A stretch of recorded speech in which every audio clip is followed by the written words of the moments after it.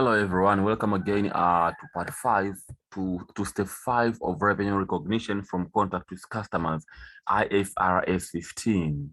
Now, there are 3 possible situations that are very, very important when dealing with IFRS 15 questions. We say, for a contract with a customer where revenue is recognized over time, now we are speaking with revenue recognition over time because this is a very essential part. There are 3 important rules to be aware of. Be very, very careful over here. First, when the expected outcome is a profit, when you expect a profit, actually we'll see what we mean by saying when you expect a profit. That is, when you take the transaction price or contract price and you less the full contract cost and you end up with a profit. That's why you say when the expected outcome is a profit. What we do, revenue and cost should be recognized as per progress of the contract. So just take a look, the revenue that has been earned in that particular year and just recognize it as normal. Number two, when the expected outcome is a loss.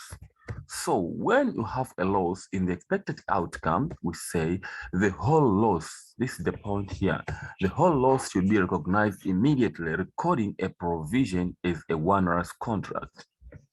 One-RAS contract actually is a contract for which the unavoidable cost of fulfilling the contract actually exceed the benefits. And so here, let's say you have a contract. The contract would give you $10,000, but the cost of fulfilling the contract are just $15,000, meaning that the contract would have a loss of $5,000.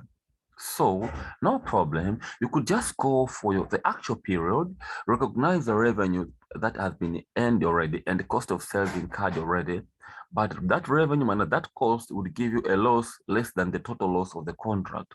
So that excess of the loss would be taken as a provision and sometimes can be taken as a contract liability, as we'll see later. So don't worry, I'm just going to take a look at all the 3 steps, all these 3 possible situations. And again, we're told when the expected outcome or progress is unknown, now what? You do not know the outcome of the progress. You don't know the expected outcome or progress. Here, we just said the expected outcome is a loss again, but here we are unaware of the outcome of the progress. Maybe we do not know the cost that we will actually incur. What are we going to do over there? For example, when you are at the early stage of the contract. Now, this is the following what should be done. Revenue should be recognized to the level of recoverable costs, normally costs spent to date. So in case you have incurred, let's say in the first year, you've incurred costs of $20,000, but actually you do not know the progress that you have reached so far. There is no way you would just have to recognize revenue at the same cost as long as you can recover that such costs. And so you're told contract costs should be recognized as an expense in the period in which they are incurred. Of course, we'll see this in an example. And in most cases, revenue and cost of sales will be stated at cost incurred to date with no profit or loss recorded. In most cases, it could be this way. Because unless stated otherwise, you will assume that you can recover the cost that you have incurred. And so revenue should be equal to cost, and so that there will be zero profit. Now, let's take a look at contract costs. Contract costs include the following. Contract costs comprise of the following. First, costs that relate directly to a specific contract. Actually, we see 3 categories of costs. Costs that relate directly to a specific contract. There are costs that are very obvious. They are directly related to the contract. For example, doing the contract would need labor, so labor costs, including site supervision, cost of materials within construction, you are using materials to construct, depreciation, let's say you are using plant and equipment to complete the job.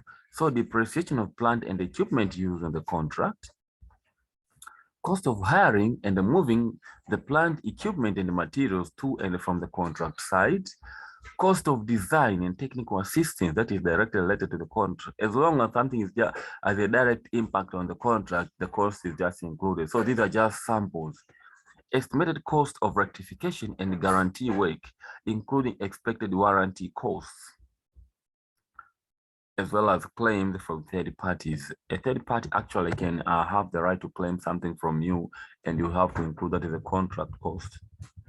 But also, we have costs that are attributable to the contract activity in general, not directly attributable, just general, and can be allocated to the contract. So it could be general, but actually there could be a relationship to the contract. For example, insurance costs.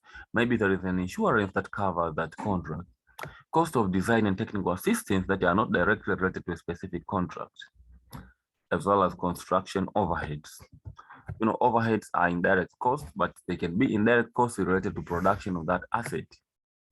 So as long as they are related to the production of that asset, actually, you would have recognized them. And lastly, we say other costs are specifically chargeable to the customer under the terms of the contract. There are other costs that would be specified in the contract itself. So you would also have to consider them. And now let's take a look at contract revenue, after which I'll just have to start going to examples now. So contract revenue. So having been done with contract costs, we now shift our focus to the contract revenue. So we say contract revenue comprises of the following. First of all, actually the amount that the entity could be entitled from the customer, initial amount of revenue agreed in the contract. This is pretty much obvious in the contract terms specify, but also we say, you know, this initial revenue actually would be linked to the obligations that are also specified in the contract. But what if other obligations arise that were not stated in the contract? What should be done? That's why we say variations in the contract work and the claims to the extent that, so there could be variations, but also there could be claim. The entity could have to claim something from the customer to the extent that it is probable that they will result in revenue. It should be probable that actually we'll receive something from the customer from those claims. And also they are capable of being reliably measured. Of course, if you cannot measure something, that means you cannot recognize it. So what did I mean by claims up there? Claims are just amounts that the contractor seeks to reclaim from the customer as reimbursement for costs not included in the contract price. Yes. Let's say the contract price was fulfilled except 3 performance obligations, but actually another obligation has arisen. So actually the customer would have to compensate us. That's why you're saying we call them claims. So they may arise due to errors in design or customer caused delay. So something like this.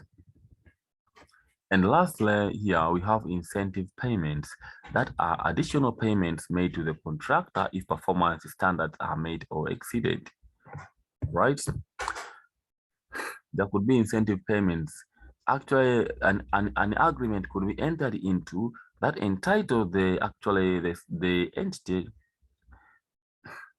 to receive more amounts of revenue. For example, the customer is sufficiently the contract is sufficiently advanced that it is probable that the specified performance standard will be met or exceeded. So even if actually the time has not yet reached, because we're just trying to obtain the contract revenue to estimate it at the beginning. So if actually the contract is sufficiently advanced, maybe at the very beginning you cannot recognize, but as time goes on you can now recognize it because it is so advanced that you believe the standard will be achieved. All right, and the last one, the amount of the incentive can be measured reliably. Reliable measurement is something obvious because you cannot recognize something which you cannot measure. And so we are told the contract revenue is reduced by the amount of any penalties arising from delays caused by the contractor in the completion of the contract. So in case it is the contractor's mistake to delay something, actually the contractor or the entity would have to compensate the customer for that.